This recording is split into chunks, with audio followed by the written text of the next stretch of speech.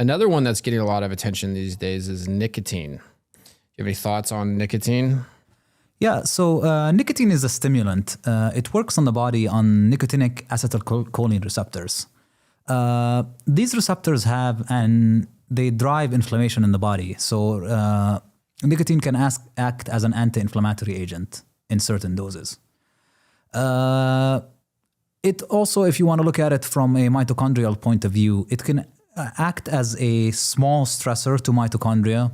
And, it's sort of like inducing a hormetic response where the mitochondria are stressed and they come back more powerful after.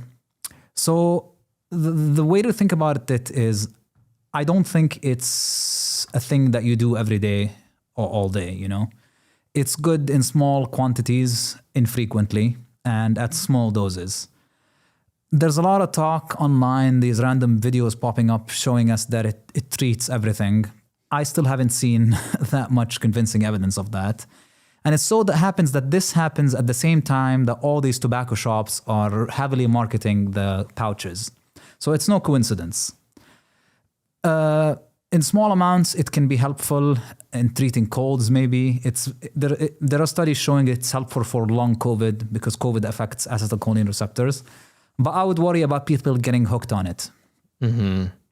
And what are you aware of what the issues are if you take too much of it? Because it's easy with the pouches. Like you could rip through 60 milligrams in a day easily or more. You create dependence where it's no longer working for you, so you need more of a dose. And so eventually you're taking a lot.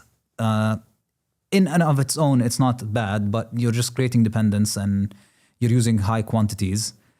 The pouches on themselves, you have to be careful with what the ingredients are in them, because if you're using it all day, then that stuff is affecting your gum, and there's research showing that it affects your microbiome in the mouth. So that's something to be careful of. And the benefits that happen to the mitochondria only happen if you take it infrequently. So don't be thinking that if I do it every day, I'm helping my mitochondria. Interesting. Eventually, if you're taking it in high doses every day, it might start becoming an actual stressor to the mitochondria. So if you do it infrequently, in my experience with nicotine, if I haven't used it in a while, I get really woozy. Do you know what causes that feeling?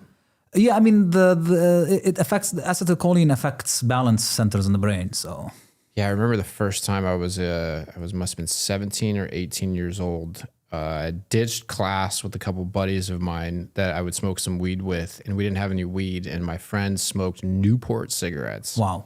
And I remember smoking that cigarette, and I literally was like, dizzy, nauseous, thinking to myself, like, how could you ever get addicted to this?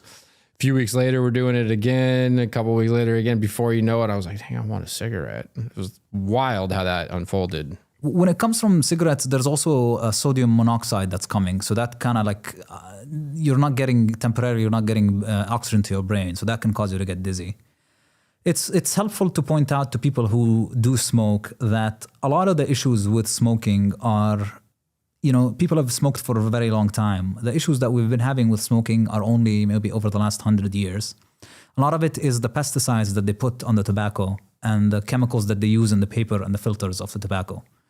So, Native Americans used to smoke a lot of tobacco and they were fine. So if you're able to find an organic source of tobacco, it helps a lot. And yes, you're not getting a lot of the carcinogenic compounds that they're spraying the crop with.